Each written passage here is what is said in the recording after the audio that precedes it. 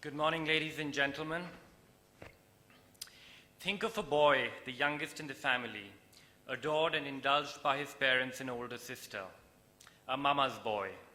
I used to be that boy. Picture me when I was 9 years old, a normal boy who liked goofing off with friends, didn't like reading, hated physical activity. I think I worked hardest at bunking PE classes at school. See me as I was then, fat, wearing glasses because I was short-sighted. Everything was perfect, except that my dad kept pushing me, saying, try sport. I tried cricket and football, but I hated the exertion, and my heart wasn't in it. Like most boys, I loved the ideas of guns, the power, the bang-bang noise.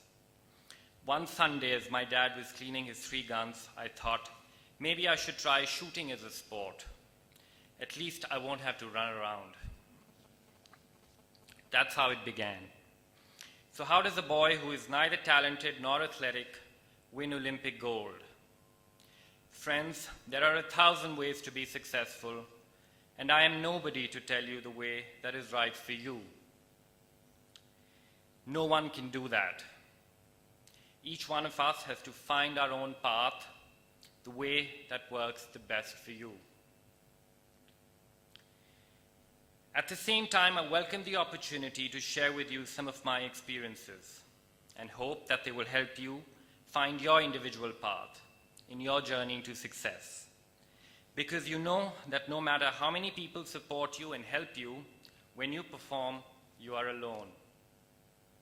Some of what I'm sharing are things I wish someone had said to me when I was your age. Hungry, desperate, eager to win, my whole life staked on one competition. So how does a boy who is neither talented nor athletic become both world and Olympic champion? The answer is a 4-letter word. In fact, it is 2 4-letter words: hard work. I was tenacious. I hung on despite disappointments. I was stubborn as a mule. I refused to give up. I believed in myself, and when my belief in myself faltered, I had the sense to listen to my team, my family and coaches who believed in me, for me. I was fortunate to be coached by Lieutenant Colonel Dillon, a taskmaster of the old school. Every day he seemed to be waiting for me to come late for practice or take shortcuts or give up and go home early, disheartened by my performance that day. Every day he seemed to wait for me to begin complaining, like the spoilt boy he believed I was. I was determined never to give him the satisfaction of having his expectations fulfilled.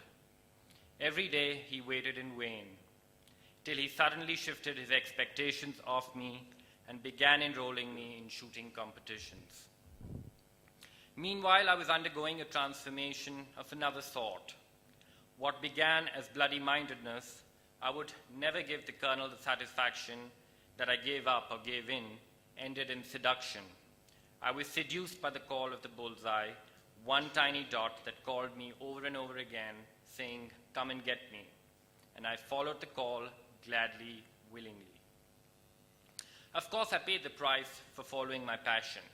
My friends faded away. It was such an alien sport, shooting. Nobody knew anything about it. Had it been cricket, I'd have kept my friends. Maybe our friendship might have even been strengthened.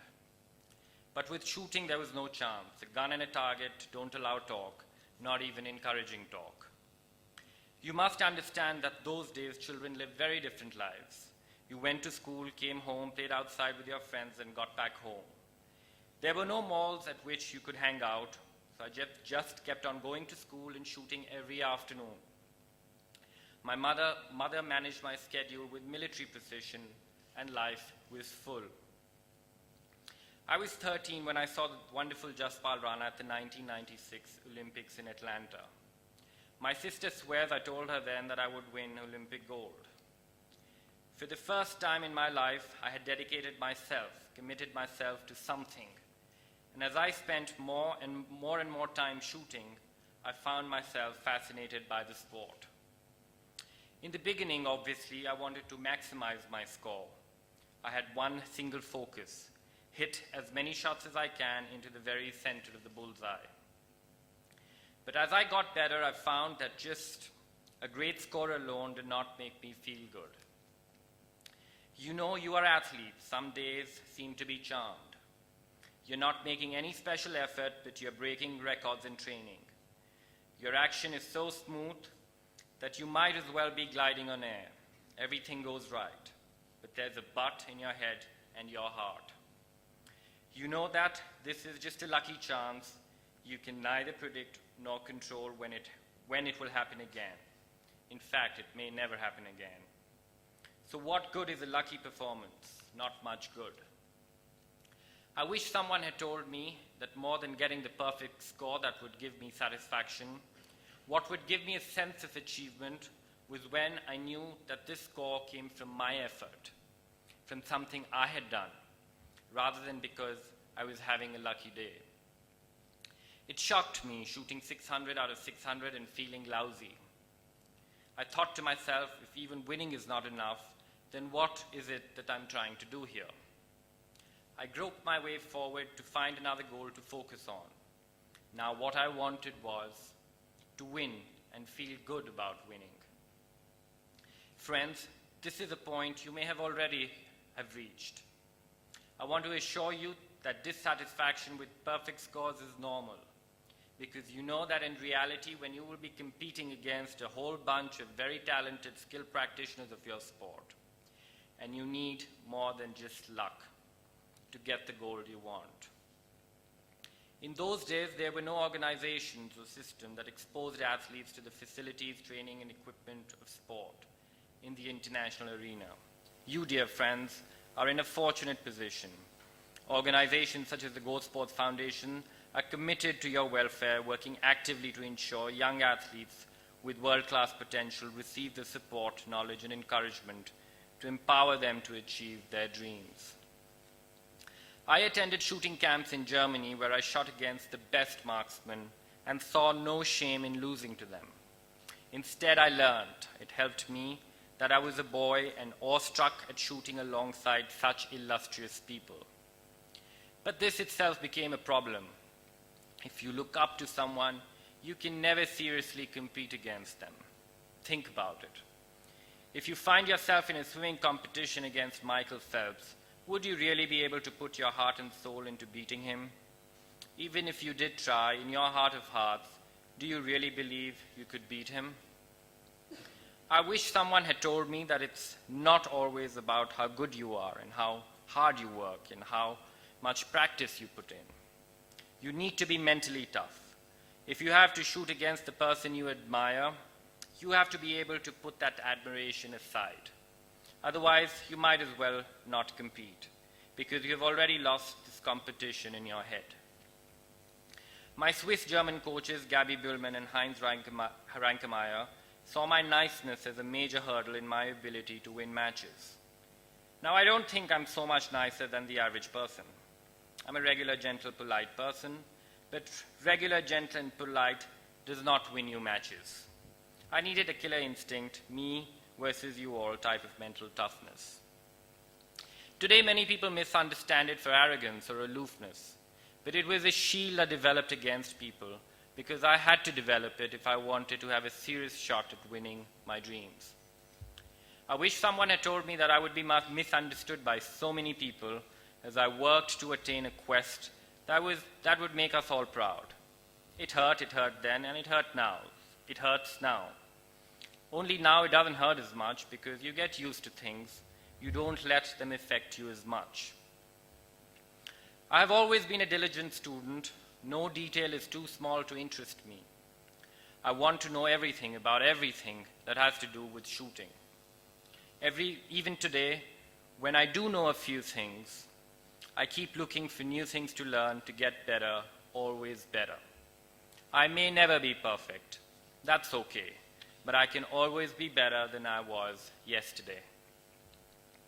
My next challenge was clear. How do I get better? Yes, it's the same old thing, hard work. But instead of just aiming my rifle at the bullseye and reading my score, I began to look at other things, improving my technique, customizing my equipment, learning more about myself, and so on. Was my body comfortable when I sank into my stance to shoot? When I became tired, it was harder to shoot well. All right, I have to find ways to delay the tiredness. Maybe I should train my muscles to be stronger so they won't get tired so quickly. And so, ironically, I began working out. Because I wanted my body to cope better with muscle strain and fatigue, because I wanted to get better results, because I wanted to win. Are there pellets which can improve my shooting accuracy? Research, find out, experiment, go deeper. When I see that I'm close to a perfect score, my heart starts hammering in excitement, anticipating that perfect result. Do I spoil the last shot because I'm too excited? Yes, I do. Okay, I have to find a way to be less excited.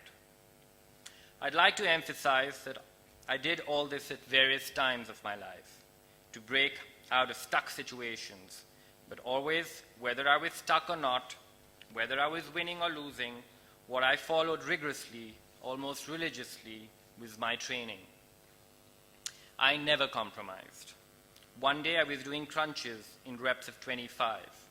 My trainer said, "Good job, 25 done." There's nobody to check. The trainer has counted 25, but I know it's 23. So I said, no, it was 23, not 25. And then I do 2 more to make it 25. When people ask me what helped me win gold, this is what I say to them. I slogged my guts out. I did it without compromise. And when there was no one to see, no one to be impressed, I did it when I did not feel like doing it. And the reason I did it is my desire to win was and is much greater than my desire to make excuses or find reasons not to win. I wish someone had told me that no matter how hard you work, how dedicatedly, how much you push yourself, you will not always win. And you have to learn to pick up the broken pieces of yourself after you lose, knit yourself back together, and start the process all over again. It is impossible that you will win all the time. Even in his prime, the supreme Roger Federer did lose some matches. So you need to think about and prepare yourself for failure as well, because it will come as surely as night follows day. I was 17 when a wildcard entry called a hardship quota in shooting allowed me to participate in the Sydney Olympics in 2000. I think that it is when I understood the range and depth and height of what the Olympic Games mean to a sports person. Once in 4 years, you get the chance to shoot the best you can for 2 hours. That's it. If you don't do it then, you begin all over again, preparing for 2 hours you want to get after 4 years in the next Olympics. My ambition solidified. This time around, I was an inexperienced shooter. Next time, I would be ready.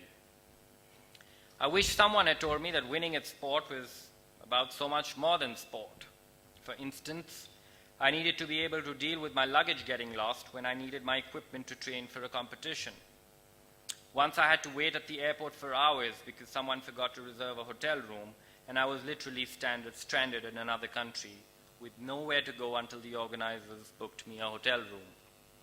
I had to be able to get over this so that it would not affect my mood, my state of mind as I began to shoot. I wish someone had told me that I wouldn't always get home food and might have to make do with food that was unappetizing and much lower in nutrition than I was used to on the eve of international events. I learned all this the hard way, by going hungry, by not eating enough, getting upset tummies. You know that a feeling of nervousness is called getting butterflies in your tummy. I've had butterflies, goats, elephants, and the odd dinosaur or 2 in my tummy. But I have to ignore all these creatures and prepare to shoot my best, sometimes on a glass of milk. But your desire to win, to achieve your goal, has to be big enough, strong enough to overcome any such hurdles you face. Frankly, the win that you struggle for is the win that you are proud of. If the win comes too easily, you're always left with a feeling of doubt. Was it really me? Am I really good enough? And the taste of victory turns to ashes in your mouth. 2004 Athens, the Olympic Games. I have done everything I can to prepare myself. Many people believe I have a good chance of winning the gold. I don't win the gold. I don't win any medals. In fact, I come 7th. I wish someone had told me that winning at sport was about so much more than sport. Days later, I found out that the tile beneath my shooting position, position number 3, was wobbly, and that everyone who shot from that position performed considerably worse than they were expected to. Do the reasons really matter when your mind and spirit have been shattered? Months later, when I become capable of thinking again, my only thought was to give up shooting. I put my equipment and immersed myself in viewing, collecting, and painting art. I did not lose focus. I gave it up. What was the point of focusing if any arbitrary event could throw off years and years of focus and work? I lost faith in myself, in shooting, as the right way of life for myself. My coaches, my family, and friends, they all walked the tightrope between giving me the time and space to heal, jollying me around and giving me stern, put the past behind you, and pick up the gun talks.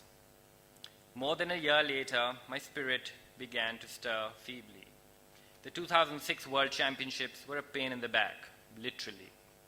My muscles and core were not sufficiently developed to support the long periods of time I spent in my stance. Shooters stand with their hips thrown out and their vertebrae go through severe punishment. I invested myself in a deeper study of the body, doing weights, Pilates, strengthening my core, and increasing my cardiovascular fitness. I had also begun to focus on my old obsession, technique. I had learned that success was a fickle mistress. I decided to focus on excellence. 2006, the World Championships in Zagreb, I won a gold. This win created some good feelings and somewhat restored my faith in my abilities. But I did not lose sight of my goal, the Olympic gold. Continuing to focus on excellence, on every detail from my shoes to my clothes to the angles at which I stood, held my gun, and so on, I trained. You need to repeat something at least 10,000 times to make it a habit, I believe. And if you've practiced maybe 100,000 times or 1 million or 10 million times, your muscles develop a memory of your movement. This is the beginning of command, of mastery over your sport and your body. As the Beijing Olympics of 2008 approached, I knew I had to plan my strategy very carefully. The enemy was within me. My enemy was my mind. I needed to develop the mental strength to take the pressure of competition in my stride, not to let it affect my performance. But I had prepared for this. I had practiced keeping a calm, clear mind and reducing the voice in my head, worrying about how I was doing and what my score was and how others were shooting and 100 other things. I had trained myself to mute this voice. Okay, game time. I won and the world erupted. Months later, after a whirlwind of congratulations and celebrations, I was left feeling like an open bottle of Coke, flat, no fizz, stale. I wish someone had told me that in some ways winning was harder than losing, because when you lose, you still have your goal. You simply need to take a break to process your emotions, refocus yourself, and work towards achieving your goal. But when you win, you lose your goal. Where now will you find the motivation to work when you've already achieved your dream? 25 crunches? 10 is enough. No, wait a minute. Why do any crunches at all? Why train? A peculiar lack of energy, of drive, took hold of me. I found myself drifting. I wish someone had told me that after I had won, I would need to find goals beyond winning. Those were dark days too, because I was petrified. I didn't want to shoot. If I didn't want to shoot, what would I do with the rest of my life? Shooting is all I knew. Obviously, I had to keep participating in competitions, but I didn't win anything. We Indians are a warm-hearted people. We are wholehearted people. We either love or hate. There is nothing between two extremes. Everyone loved me after I won in Beijing, but how they hated me when I did not continue my winning spree. I wish someone had told me that how each doubt cast at my ability to win would be a fresh dart thrown at my already wounded self. Even though I thought I had developed a thick hide and did not care much about what people thought or said, I cared passionately and suffered. My coaches were prepared for my post-victory depression. Raging controversies added insult to injury. The medal was won. What more did they want? I withdrew into myself to find the sustenance to keep going. The Vipassana course I did, for instance, showed me clearly that I still felt passionately about shooting. In subsequent World Championships, I did not bring home any medals. I was working hard on my technique and myself, but I had not yet dug deep enough inside, not yet found a reason I wanted badly enough to win, till I found it to be the only person to win Olympic gold in air rifle shooting twice in a row. And then London. Will he repeat his feat? The thought was deafening in its volume, even when it was not voiced. I am prepared fully in every way. I have foreseen and prepared for every kind of eventuality. I know this, and it strengthens my resolve to win. Of course it didn't happen. Life is always throwing you new curveballs. By this time, shooting has been firmly established as a spectator sport, and the noise from the spectators is literally deafening. And I'm supposed to shut them out and shoot to win. I didn't. I wish someone had told me that not every loss feels earth-shattering. How differently I handled the aftermath of this not win. I was calm, disappointed, but calm. Not end-of-the-world scenarios were playing out in my mind. When one journalist asked me if I planned to retire, I replied, I might look old, but actually I'm pretty young. He bemused. I'm back home in Chandigarh training shooting. I'm traveling to shoot in other events all over the world. I've found a quiet confidence, an excited hum within me as I prepare for Rio in 2016. I'm focusing again. Somewhere in the corner of my mind, I think, at least I've got this focus thing right. First, I need something to focus on.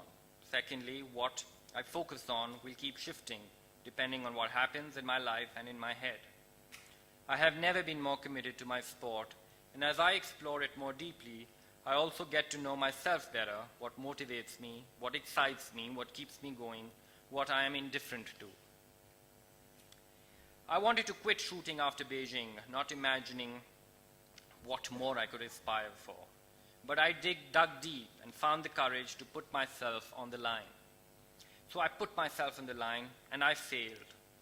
But failure only brings out my defiant streak, pushes me to be even better, to see what else I can find inside myself. The London Olympics were a failure as far as the result was concerned, but I count on it as one of the victories in my journey of growing up as a sports person. I'm learning more, getting better, readying myself for the future. Today I know there will be roadblocks, but the only way is around them. And I am determined to find a solution to overcome them. I have dug my feet in the ground and decided that victory is mine. When the next win will come, I don't know, but victory is more than winning. Victory is my relentless pursuit of excellence. Victory is my commitment to my sport. Victory is never giving up, never losing sight of my goal. Victory is knowing that I will do whatever it takes to be better. I would like to close by telling you about my heroes. I don't know their names. They are the ones who work quietly, tirelessly, training, whether or not they have facilities, equipment, or support. They may win medals, district level, zonal, national, international, or they may not win anything. They show up every day when they aren't feeling well, when they're disheartened, when it's bad weather. They triumph over every circumstance to show up and train, alone and driven by the spark that lights a fire in them and propels them faster, higher, stronger. And in that, they are already victorious. Their medals will come, if not at this event, then next time. Till next time, my friends, our next time, yours and mine. Thank you for listening.